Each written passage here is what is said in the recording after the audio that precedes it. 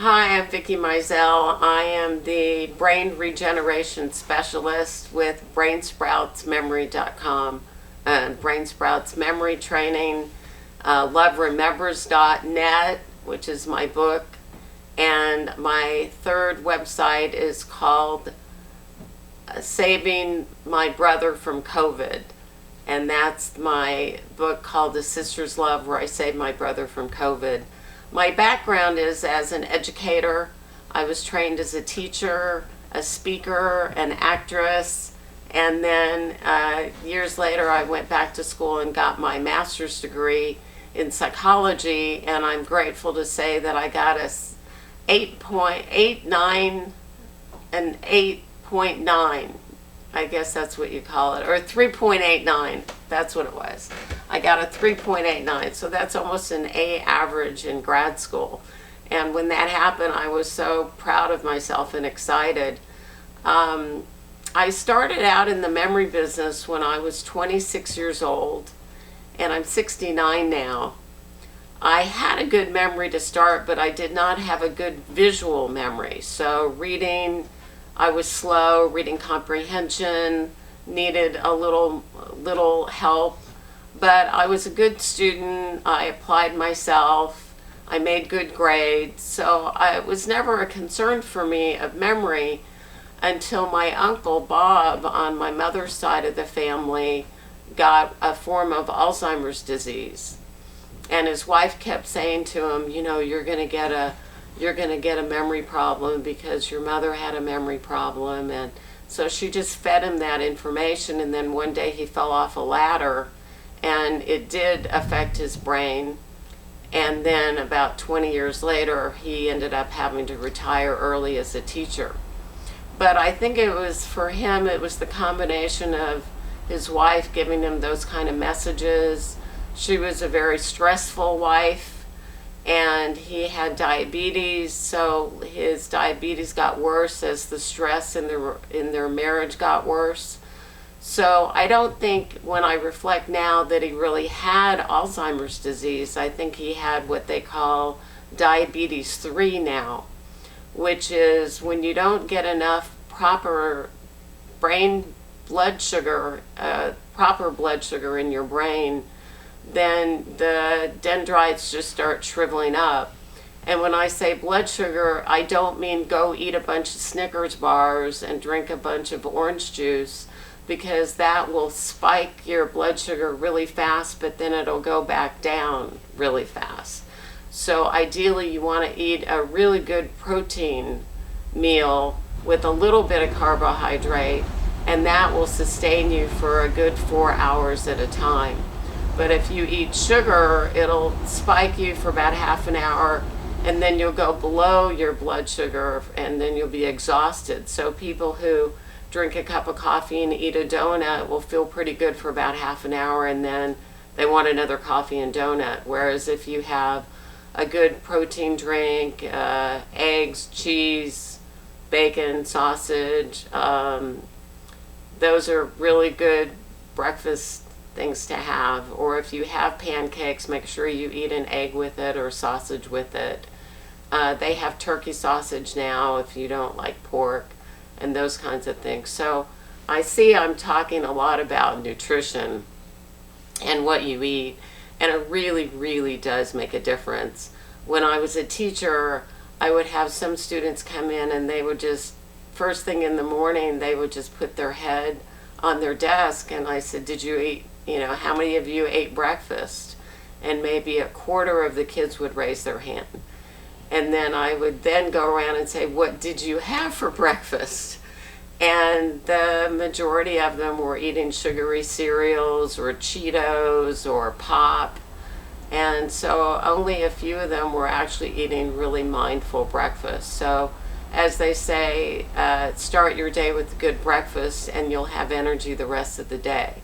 Even my own brother, who was properly raised, sometimes forgets. He gets busy, and then he's not in the mood to eat, or his mind's distracted, and then 4 o'clock in the afternoon he's conked out and he doesn't have time to do something that evening that we had originally planned. Whereas I said, if you drink your protein before 10 in the morning, or somewhere between 10 and 12 in the morning if you don't feel like eating, but you have a good protein.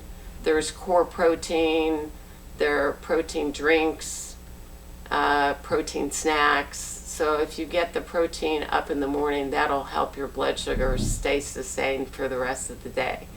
And animals have low blood sugar too. Cats, dogs, horses, any kind of animal, if it's not eating and in regular intervals, they too are going to be affected by blood sugar and energy as well. So I first got started in the memory business around 1981. I was in graduate school. I was flunking statistics. And I met a memory expert who told me he could help me pass statistics. So I said, well, how are you going to help me with words like mean, median, and mode? And he said, well, I could do that. He said, let's first, before you memorize anything, you have to understand what it is that you're memorizing. So I said, well, what about mean? Mean is the average. How am I going to figure out average from the word mean? How's that going to remind me of anything? Well, he was from New York and I was from Tulsa. So he said, well, if you think of the average person in New York, living in the hustle bustle of the city, it's winter time, buses are driving, maybe it just snowed and the snow had turned to water and the bus is coming and it sloshes you with cold, dirty water. He said the average person in New York is going to be mean. And I went, oh, and I thought that was funny. And so he said mean is the average, meaning the number of words would come up most often, or number of letters that the number that comes up most often, and you add them together and what's the mean, which is the average. So that reduced my anxiety, and I said, oh, okay, well, what about the next one, which is mode? And he said, well, mode sounds like ode, and if you think of the number one amount of people who die most often given accidents and illness, it's old people. Old could sound like ode, that sounds like mode. So then you could remember mode because that's the number that occurs most often. So at that point I had 2 out of 3 and I said, okay, well, what about median? And he said, well, median's the one in the middle. So if you think of when you're driving, the median is the cement in between the streets. Or if you think of a comedian, comedian sounds like median, and you think of a comedian performing in the circle in the round, then you'd be able to remember that's the one in the middle. And my mom used to take me to see plays when we lived in Dallas together in the circle in the round, so that was easy for me. So I went, oh, okay, I got it, mean, median, and mode. So with that, I was able to take my next statistic test and I passed it, and so I thought that was interesting. And so then I hired the memory guy to teach me a regular memory lesson where he taught me this method of association and how to link information together and then recall by re-seeing the picture in your mind. I didn't yet know that the brain could regenerate. I didn't yet know what was going to happen to my brain from using this memory system, but it got me started. As it turned out, I had a 2-week position where I was substitute teaching. And I was at a school in Poway. I lived in San Diego at the time. I was at a school in Poway. And the students had had a teacher that really loved them, really wanted to be a mother hen, so much so that she adopted a child. And when the child was ready for her, she left the students to go be a mom. And the students were very upset by that. So I had quite a challenge. I had to calm the students down. I had to get them to express all of their anger and then neutralize it, get them ready for a new teacher. But meanwhile, they had spelling tests to learn, vocabulary tests to learn. They had tests on U.S. history. So I thought, well, how do I get them motivated to be able to accomplish all this within a 2-week period and get them ready for a new teacher? So being a teacher and then having this new memory system with me, I thought, well, let me try to teach the students intrinsic motivation, meaning their own internal motivation, intrinsic motivation. And then I figured I could teach that through a system, a structure, and then teach them their own personal sense of value. So I wrote those words on the board. I wrote intrinsic motivation, system, structure, and value. So then I thought part of the memory system is you take a word and you break it into syllables, and you make each syllable into a tangible picture. So I thought of an inn, like a hotel, an inn. Trin could remind me of Rin Tin Tin. And so I thought of inn, Rin Tin Tin in a box getting sick. Poor little Rin Tin Tin. But that's how you feel from the inside. So we had intrinsic. So I was teaching this to the kids. And then motivation. Think of a motor. A motor's the thing that makes a car go. So motivation is the thing that makes you go. A system is, people in business have systems all the time to put in place. The computer's a system. Certain type of, as we were talking about nutrition earlier, that's a system. You want to make sure you have a good breakfast in the morning, a healthy lunch, and a little less food at dinner time. Most people eat biggest dinner, but then you're going to go to bed in a few hours. You don't have time to work it off. So, and then structure is the foundation of a building, or foundation of you, foundation of your learning. And then value, which is what you place on yourself, or how other people view you. So I used a diamond for value. And I was able to teach this to the students. For a system, I thought of a stem of a flower, because you give the nutrition, the water, and the little plant food. So it goes into the stem and comes out and flourishes. So we had intrinsic motivation, system, structure, think of a building, and value, think of a diamond. And so with that, the students were starting to get the idea that they can't be motivated only by someone prodding them and pushing them and telling them what to do, but what are the things that make them naturally feel more motivated within themselves. And then I use this to help them with their vocabulary. They were able to remember the vocabulary. An example of the memory system using vocabulary would be the word discount. So you see, you break that into syllables, disc and count. So you have a floppy disk, and the floppy disk could be counting numbers, or it could be knocking over the numbers, which is what discount means, lowering the price. So with this, the students started improving their grades. Then they started feeling better about who they were. Then they started being nicer to each other. Then they started just acting and behaving better in school. A byproduct of that is they started sitting up straighter, and they started dressing nicer.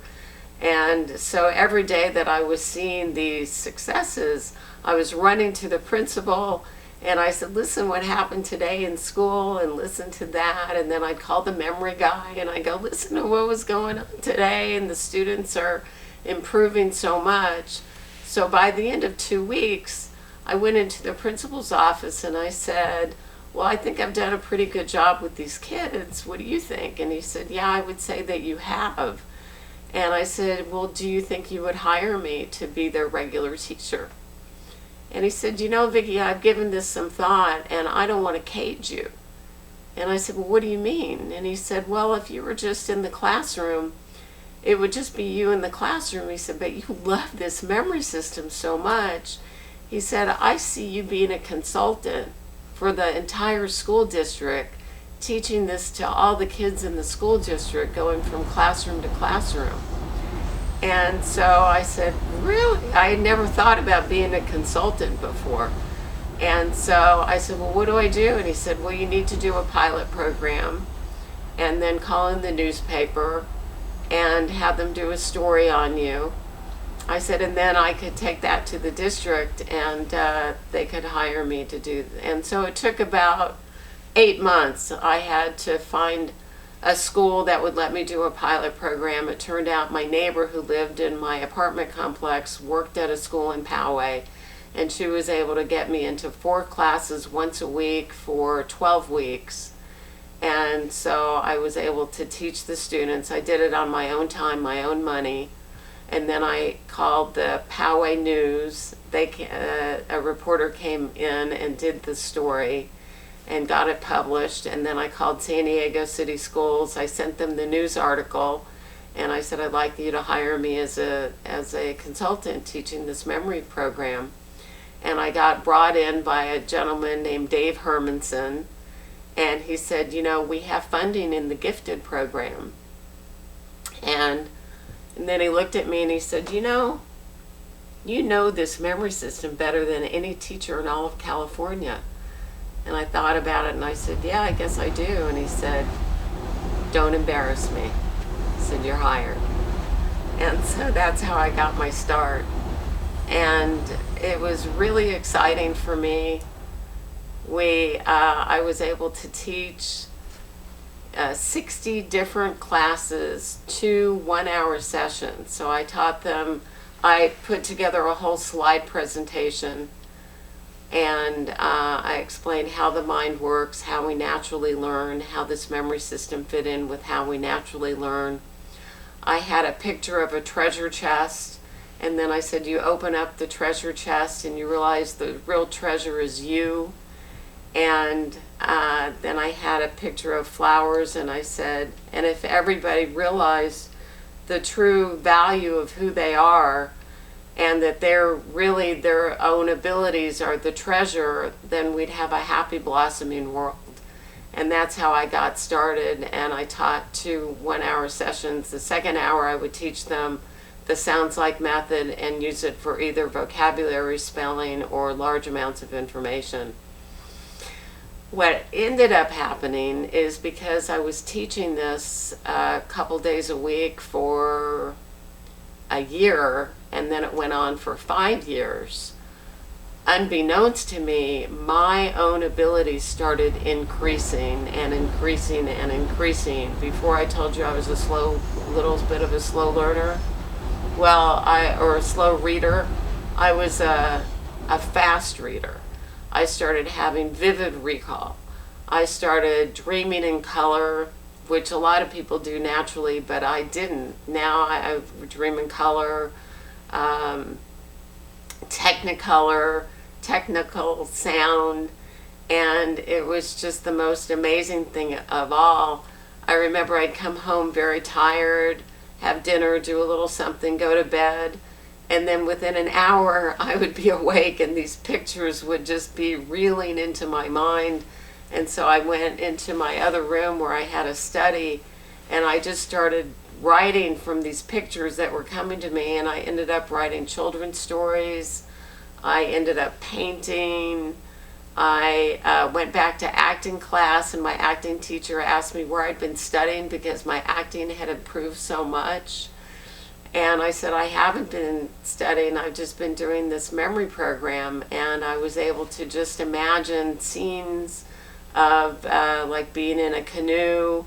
I could see the canoe, I could feel the water, I could hear the birds chirping, I could hear the fish jumping. It was just the most amazing thing. And so that was my early beginning. And so from what I learned from that, as young as 26 to 28 to 31, I guess it was, 26 to 31 is where I'd really concentrated with this memory program. and I was able to see that it was regenerating the brain. So not just in my brain, but in my students' brains. And then I started off teaching classes to other people, which I'll get into in just minutes. Thank you so much for listening.